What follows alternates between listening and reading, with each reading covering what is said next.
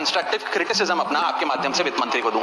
Sir, the title of my speech is the good, the bad and the way forward. 4 good things that I found in this budget, 4 bad things that I found in this budget, and 4 innovative suggestions to the Honorable Finance Minister.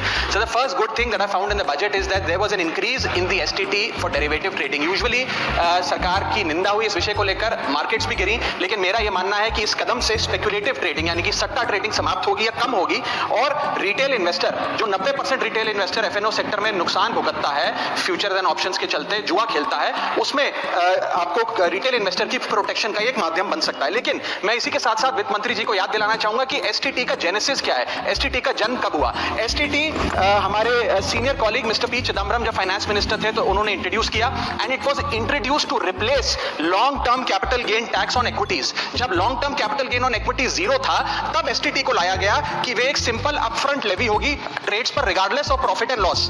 लेकिन अब सरकार ने long term capital gain tax भी लगा दिया, STT भी लगा दिया, और रिटेल इन्वेस्टर को और तमाम इन्वेस्टर्स को एक प्रकार से डिसइंसेंटिवाइज किया। मैं एक सुझाव लाया हूं सरकार के लिए, जिससे long term house hold earnings बढ़ेंगी, वेल्थ क्रिएशन होगा, और वेल्थ पार्किंग रियल एस्टेट और गोल्ड के सेक्टर से निकलकर इक्विटीज में आएगी, और स्पेक्युलेटिव ट्रेडिंग और कम होगी, और long term investment behaviour investors का बढ़ेगा। वो क्या है कि long term capital gain tax on equities should be made nil in this country for individual investors. दुनिया की कई ऐसे देश हैं जिसके अंदर long term capital gain tax equities पे खास तौर पे शून्य है, जैसे कि Switzerland, Singapore, UAE, New Zealand, Hong Kong, Qatar, Malaysia. मैं चाहूंगा कि जब एसटीटी बढ़ाया जा रहा है तो इसी बजट में ही long term capital gain tax को जीरो किया जाए। सर, मेरा दूसरा जो मैं सरकार के बजट को एक्नॉलेज करना चाहूंगा वो ये है कि कैपेक्स के जो एक्सपेंडिचर एलोकेशन होता है उसमें एक बढ़ोतरी देखी गई। जहां वित्तीय वर्ष 18-19 में मात्र 3 लाख करोड़ कैपेक्स था, वो इस वित्तीय वर्ष में 12 लाख करोड़ तक पहुंचा है, which is 4.4% of the GDP, which is a good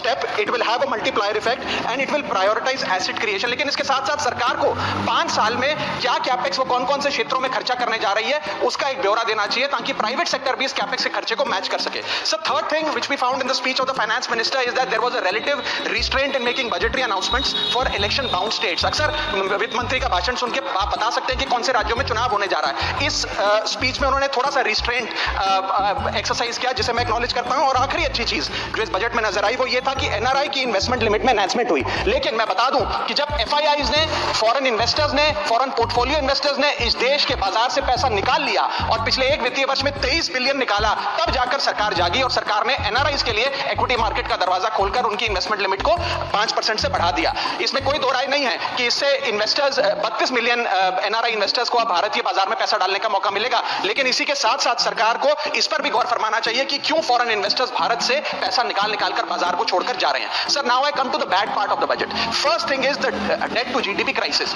सरकार ने और डेट लेने के लिए, कर्जा लेने के लिए इस बजट में फॉर्मूला ही बदल दिया। पहले सरकार डेट जब लेती थी तो ओल्ड एफआरबीएम रूल्स के तहत 3% ऑफ जीडीपी तक का फ्रेश डेट लेती थी।